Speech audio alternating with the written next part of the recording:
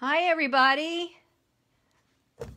I have just been reminded that it's 3 o'clock and You're muted, I can't hear you. I am live on Facebook Live with a really cool show for you today, or Facebook Live for you today. I am introducing you to one of the families of cymbal metal elements. These are 4 Paisley duos, and it has just been so much fun for me and for Leslie Pope to play with the Leo Trevi connector and the Aosa ending for Paisley duos. And a lot of our designers have been sending stuff in using these components too, but these happen to be the antique brass finish that I'm showing you. But let me show you some of the ways that these have been used. Here's an absolutely gorgeous bracelet with Paisley duos and ginkgos and seed beads by Leslie Pope, Leslie A. Pope. And you can see how the Leo Trevi really reflects the sinuous curves of the Paisley duos. And the ginkgos really reflect that too. And this just has the most awesome silhouette. The way this comes in and out, again, picking up on the undulations of the Leo Trevi, or vice versa. And Leslie has used a partially finished bracelet end for this one, which is really cool because you don't have to make it quite as long.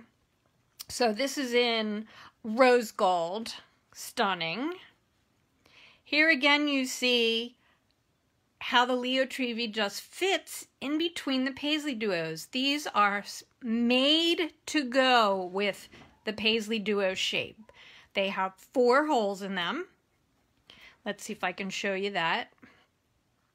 If you look at the side, you can see that there's holes that go through the little skinny parts and 2 holes that go through the middle part, the tummy part. So they're very, very versatile. So we have this bracelet, and again, using them with the ginkgo beads just because the shape really reflects it. Now check out this one. This just blew me away when I saw it. Leslie A. Pope with gem duos. And again, the shape of the Leo Trevi is just fabulous for the curves of a lot of these shape beads, especially Paisley duos, right? Here's another one with little pieces of chain. And you can see again, the ginkgo beads were used with a nice splash finish, but the curves of this Leo Trevi just fit so nicely in between the Paisley duos, as does the Aosa ending, which is used on these. And you can see that even if it's not exactly in between like a jigsaw puzzle piece, it just so goes with these beads. It's just amazing. So it has been a blast and a half. And gosh, I could just keep showing you more and more, but I want to bring you to today's featured pattern. But I did want to share with you this, and I'm going to try every week to bring in a variety of uses for the cymbals because you guys just have to know how versatile they are. 4 metal colors again: rose gold, antique brass, and this is rose gold, antique brass, gold, and silver, which I'll show you right here on my bottom mat. The antique silver. Can you see this really nice design that's etched on it too? So you want to make sure when you use it that you're going to have it face up. This is my little Paisley heart bracelet. This one has a partially finished bracelet end. Thank you, Leslie Pope, for making that sample up. And you can see from my samples, again, one for each of the metal colors. Whoops, slippery little guys. there's so many things that you can do, so many ways that you can play, mix and match with the Paisley duos. This is a very simple 2-needle weave, crisscross. The black one I was playing the matte against the shiny. Here again you have matte with the halo, so you have that difference in texture with the antique brass. Rose gold and yellow gold, and just playing with where the colors are. Pretty nice, right? If I do say so myself. And yes, the tutorial is already online on our website, beadsmith.com/I love beads. And the I love beads section of free patterns is divided into categories, and you want to look under cymbals. CYMBALS. Also, I want to point out that a lot of designers use size 15 seed beads. They're really good bridge beads and work very well with lots of different sizes of other beads to fill in the gaps and shapes. All right, so there you go. I can sort of see my phone. I have my little phone up here. And I saw Debbie and Laura and Michelle and a bunch of our designers and my partner in crime, Leslie Pope, who graciously reminded me that it was time to go on. So I'm going to show you today how to make this little bracelet that I just showed you. It's very easy. I have half of one made. That's sort of step 2 down the road. I want to show you how to get started. We're going to work from the Leo Trevi element out, and you build a side at a time with 2 separate pieces of thread. So I'm going to start with a shorter piece of thread. You start with about 1 yard, and you want to use I like to use Fireline because it does not have a stretch. I like my things to hold firm, but you can use Nymo or your favorite beading thread, and you want to choose a thread that's going to blend in and not show, even though there's not a lot of thread in this. Now I have my very fancy needle case here, size 12 needles. And I'm going to show you my little needle threading tip. I probably show this every time. I'm going to take a chain nose pliers or a flat nose pliers and squash the end of my thread so it's flat, just like the slot in the eye of the needle. You're going to bring it to your finger so you can barely see it, like a poppy seed. Bring the eye of the needle down to the thread. And it usually goes through in 1 or 2 tries. And you're gonna thread a needle on each end of your thread. So the tutorial is fully illustrated and it's free. Everybody that goes to the I Love Beads page can access those tutorials. So you have your 2 needles, and you're gonna string the Leo Trevi to the middle of your thread. I hold the needles together and bring it down. I really like the crisscross technique, especially for teaching. It's easier than trying to explain how to go around and hide your thread path. So we're going to pick up, we'll start with the matte black Paisley duo. And the Paisley duos have a convex side and a concave side. The convex side curves out and the concave side curves in, and you have a wide end and a tip end. So I'm going to sew in the convex wide end.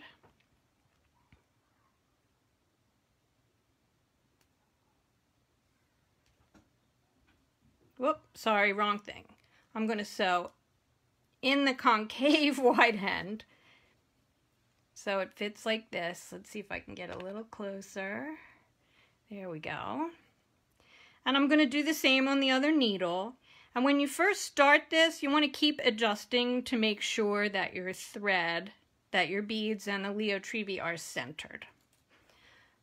I put one needle down. I'm going to pick up the other needle and I'm going to pick up 6 15s. Now you only use 6 15s at a time for this first pair of Paisley duos, and the rest of the bracelet as you work down uses 5. Okay, so 1, 2, 3, 4, 5, 6. Now I'm coming out of the tip hole of the Leo Trevi, and now I'm going to sew through the next middle hole up, and I'm going to, of the element, and I'm going to cross through and just put my finger there so that nothing slides too much out of place, and leave that thread down. Now I'm going to pick up my other needle and do the same thing, crisscrossing through the other way, picking up 6 15s. I'm just using galvanized silver 15s here. 1, 2, 3, 4, 5, 6. And I'm going to carefully sew through, back through the same hole.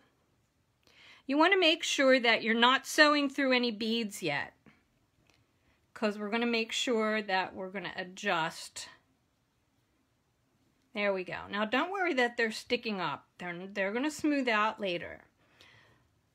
You want to pick up your piece and sew through all of those 15s towards the Paisley duo. Make sure you have good light and good magnification. So I'm going to go, oops, so back through all of those little tiny 15s, the 6 of them.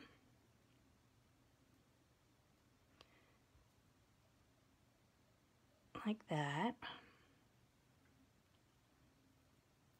And I'm going to do the same thing on the other side, just turning it around so I can access it with my needle. You're probably going to be turning your work so that it's convenient for you to sew through. It doesn't matter lefty or righty. It's usually good, if you're really a beginner, to keep your work oriented the same way that the illustrations are in your tutorial, so you kind of don't lose your perspective on what you're doing. Okay, so I have these like that, and I want to show you that what we did was this right here, figure 1 and figure 2. You can see how you came out and went through, and you're coming back. Now we're going to add some more 15s, and then we're going to start to build. So I'm going to pick up 6 more 15s.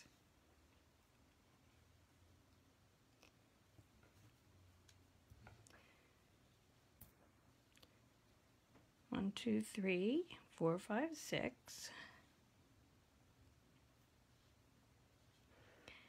And I'm going to sew in the convex tip end of the Paisley duo, where on the side where I'm working. And I will pick up another 15 and sew out through the other Paisley duo. So this is what we have so far. Now I'm going to turn it around just to make it convenient, and I'm going to pick up 6 15s. You probably guessed.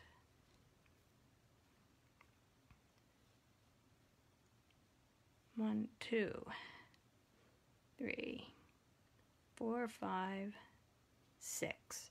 Now I'm going to crisscross back through, and again, be careful that you don't split the thread when you sew through. You're going to sew into the Paisley duo, through the 15 that you strung just before, and out the other side of the Paisley duo, but don't go through any of the 15s yet. So this is what you have at this point. Now, in order to create this nice outline down the side, you want to make sure that your needle comes out of the 15s in the proper direction. So you want to be going this way, since you're going to be building down like this. So I'm going to sew through that last 15 so that it's coming out in the direction where we're going to continue, and I'm going to do the same thing on the other side.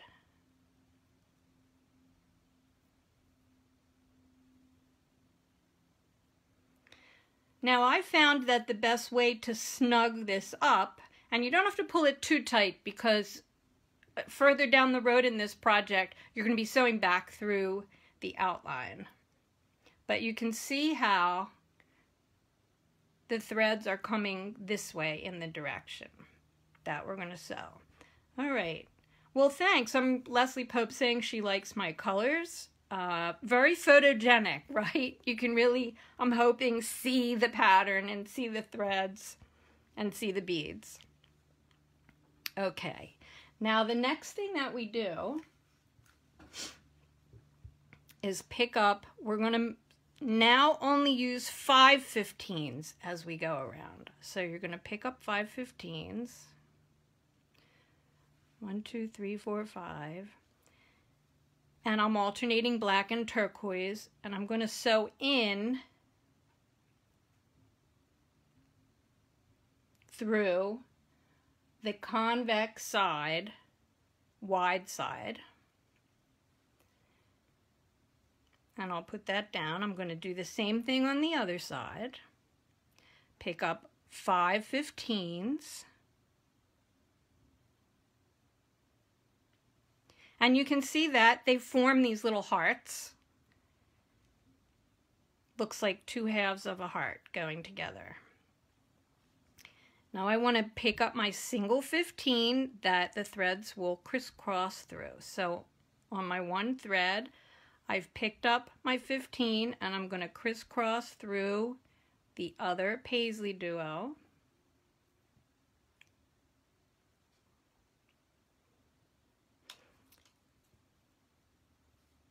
And then with the thread that was on my right, I'm going to bring it back so you have the 2 threads crisscrossing through that middle.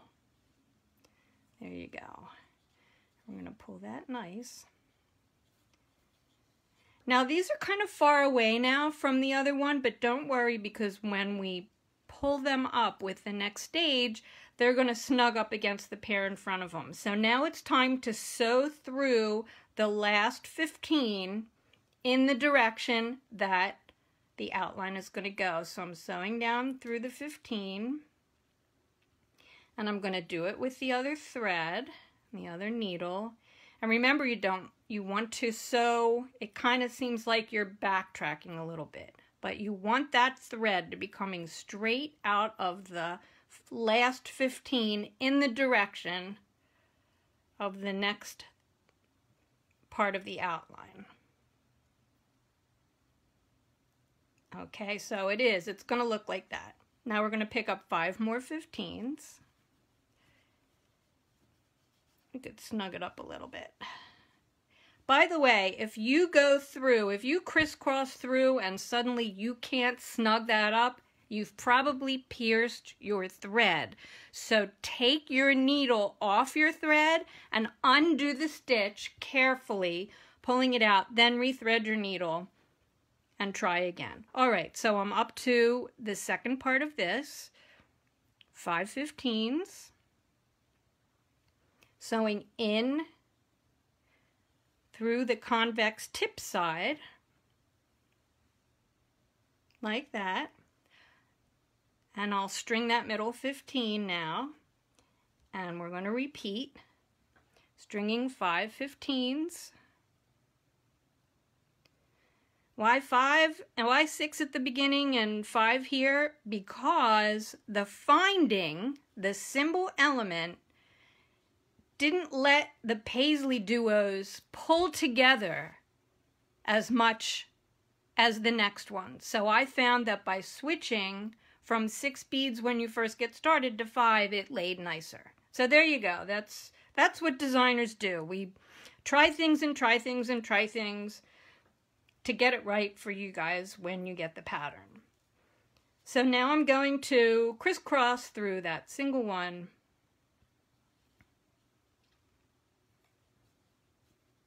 like that, and continue through the Paisley Duo concave tip ends on each side.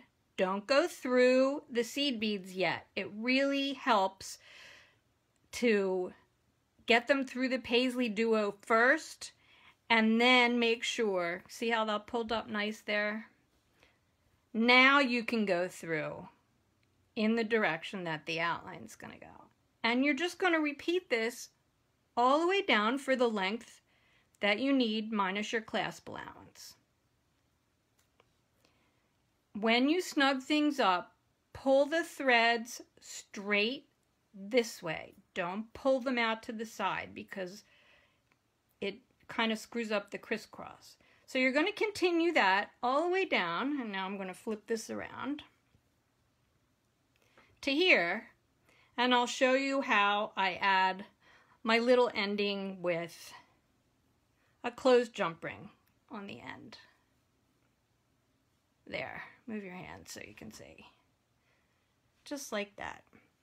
So I'm going to pick up 5/15s because that's what I figured out would give me enough room to make that nice little V shape. And putting a closed jump ring on the end of your work allows you to attach almost any kind of clasp that you want.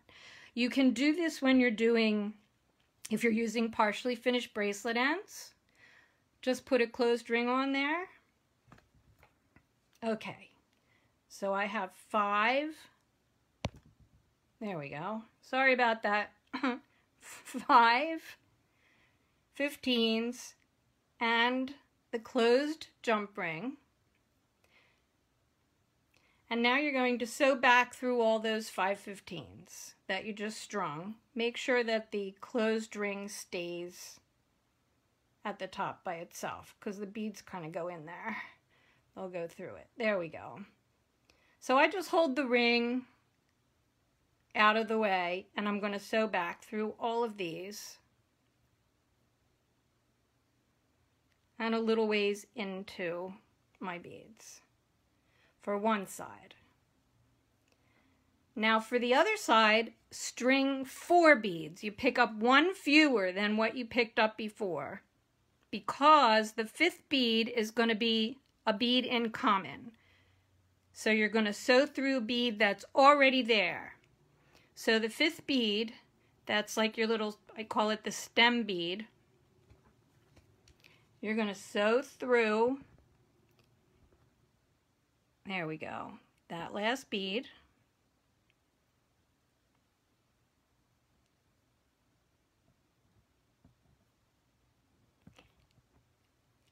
And sew through the closed ring. And you're going to sew back through that 5th bead and the 4 that you just strung to create the other side of your closed jump ring ending.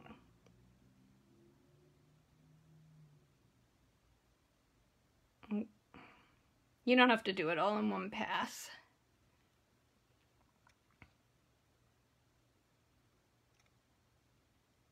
And back into the beads.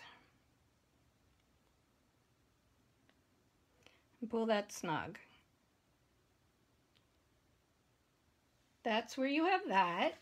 In the illustration, you can see nice and big how I show how you come through the jump ring and back through that bead and back into your beadwork. So the next stages of this, because you're going to have plenty of thread, you're going to carefully sew back through the whole outline, 1 thread at a time. You're going to come all the way back, and it's going to smooth out the beads on the outline. When you get back up to the top, you can cross through and wait, bring the other side up and cross through, and then if you have extra thread left, which you probably will, just go back along the same side of the bracelet. You don't ever cross over to the other side of the bracelet. It's always going to be 1 side at a time. And that is that. I call it the Paisley Duo heart bracelet because they really look like little hearts joined together. And there you have it. It's really fun to play around with these different cymbal elements because you just never know where it's going to take you. When you start doing one component, suddenly you're going to want to do more components. Or maybe not. You can do a simple component like this. Sorry, allergy season. Bring in other beads. You might want to try to play with some 11s, which will spread your beads out a little wider, give you some more room to play with different silhouettes.